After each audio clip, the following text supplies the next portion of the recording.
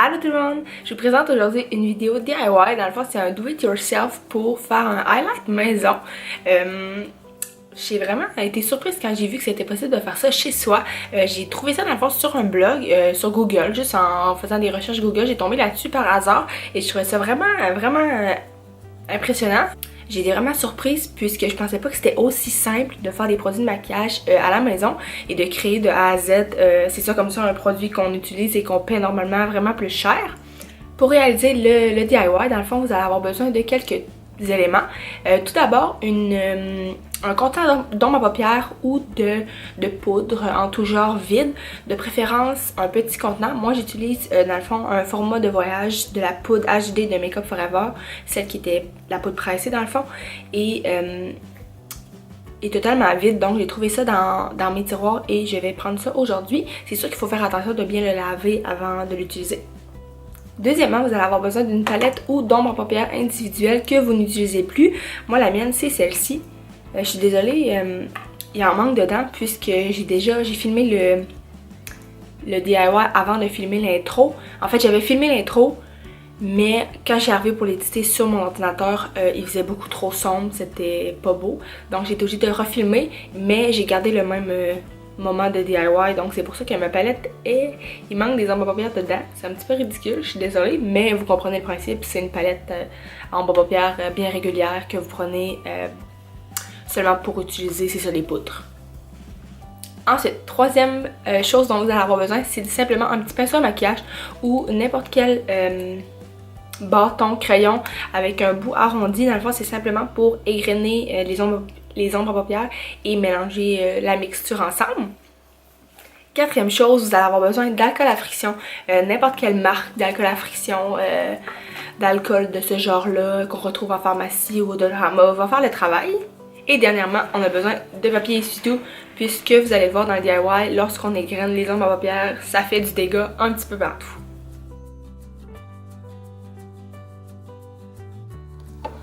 Dans le fond, la première étape, il faut prendre notre contenu vide et bien le laver pour qu'il n'y ait plus aucun résidu dedans. Par la suite, on prend notre palette. Moi, j'ai sélectionné cette ombre à paupières là, ainsi que celui-là. Donc, on va les égrener pour les mettre dedans le contenant.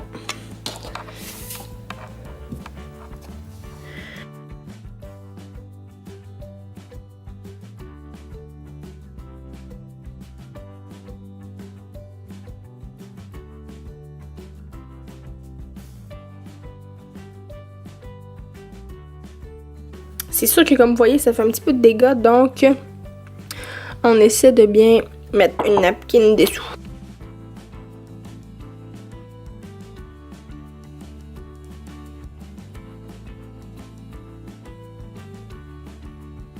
Par la suite, il est vraiment important de mélanger les deux couleurs pour que le highlight soit uniforme.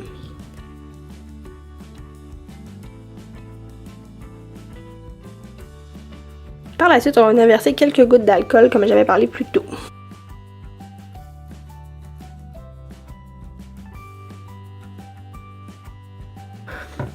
On commence par une petite quantité et par la suite on brasse.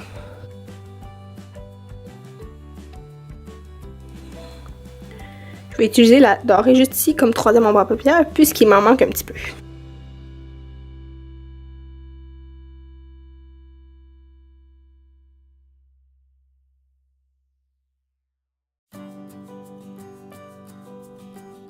Donc j'ai ajouté une quatrième et dernière couleur, celle-ci, pour que mon mélange soit plus pâle, puisque je vais être honnête, je trouve qu'il est quand même foncé.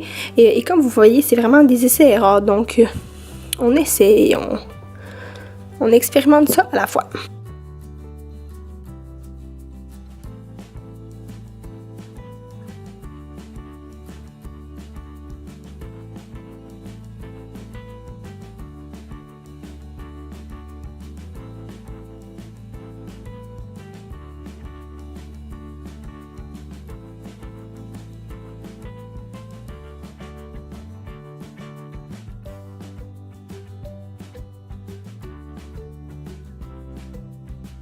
Par la suite, on va prendre un carré d'essuie-tout, un petit morceau, et on va éponger dans le fond l'excédent d'alcool qu'il pourrait y avoir.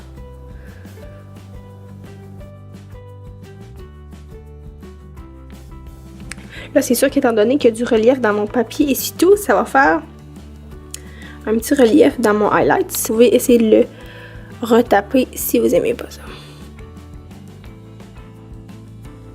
Ensuite, dans le fond, on doit attendre entre 12 à 24 heures pour que l'alcool s'évapore bien du highlight. Et ensuite, on va pouvoir l'utiliser. Vous pouvez, si vous voulez, aussi à la fin, quand vous avez lissé la dernière fois le plus lisse que vous pouviez, prendre un cure-dent et venir faire un motif dedans avant qu'il sèche. Comme ça, vous allez avoir un beau design dans votre highlight.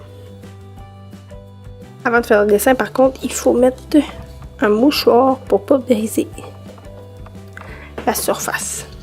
Moi, j'utilise un rouge à lèvres de Revlon pour faire ma forme.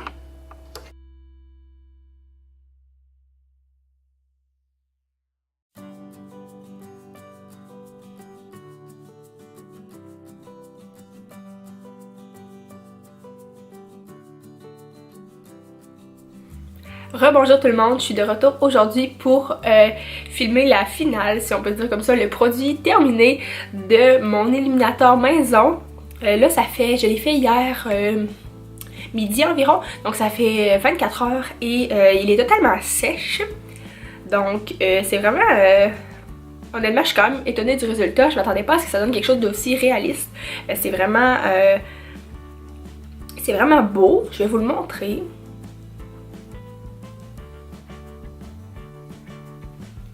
Comme vous pouvez voir, moi j'ai essayé de faire des petits motifs dedans. J'ai pris dans le fond un bâton de rouge à lèvres rond et j'ai mis un essuie-tout par-dessus la surface pour pas vraiment comme que ça soit trop intense. Et j'ai fait des petits... j'ai tapoté comme ça sur la surface pour donner un espèce de petit relief. C'est sûr que le relief est moins apparent lorsque la poudre sèche, évidemment, puisque ça devient plus lisse et moins un effet gel. Je suis quand même agréablement surpris puisque ça fait une petite texture, c'est mieux que de le laisser plat, mais c'est à votre guise totalement.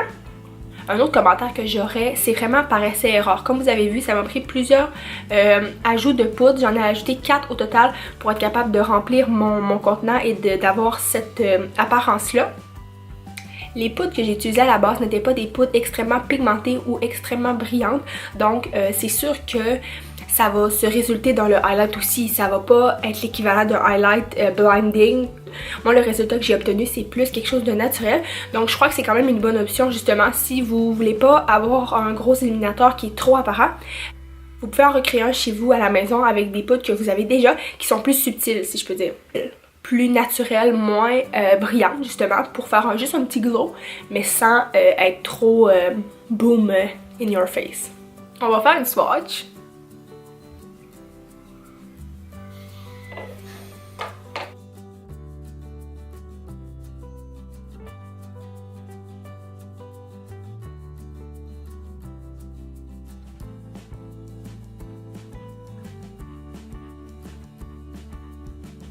Moi, dans mon cas, ça l'a turn out à être vraiment un highlight qui est naturel.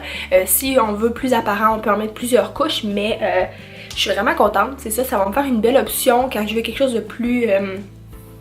juste comme un petit effet brillant en santé, sans être forcément le gros highlight de tapis rouge. Je vous conseille de l'essayer, j'ai vraiment eu du plaisir à faire ça, c'est vraiment le fun des DIY, toujours essayer des nouvelles choses et en plus ça permet de recycler des ombres à paupières que vous n'utilisez plus et aussi des contenants vides de maquillage qui pourraient traîner dans vos tiroirs. Donc c'était mon do it yourself pour créer un highlight à la maison. J'espère que ça vous a donné envie d'essayer. S'il vous plaît, thumbs up la vidéo, abonnez-vous à ma chaîne, vous pouvez aller me suivre sur Instagram, c'est Roxane Beaulieu. Et sinon, je vous souhaite bonne journée. Bye bye tout le monde.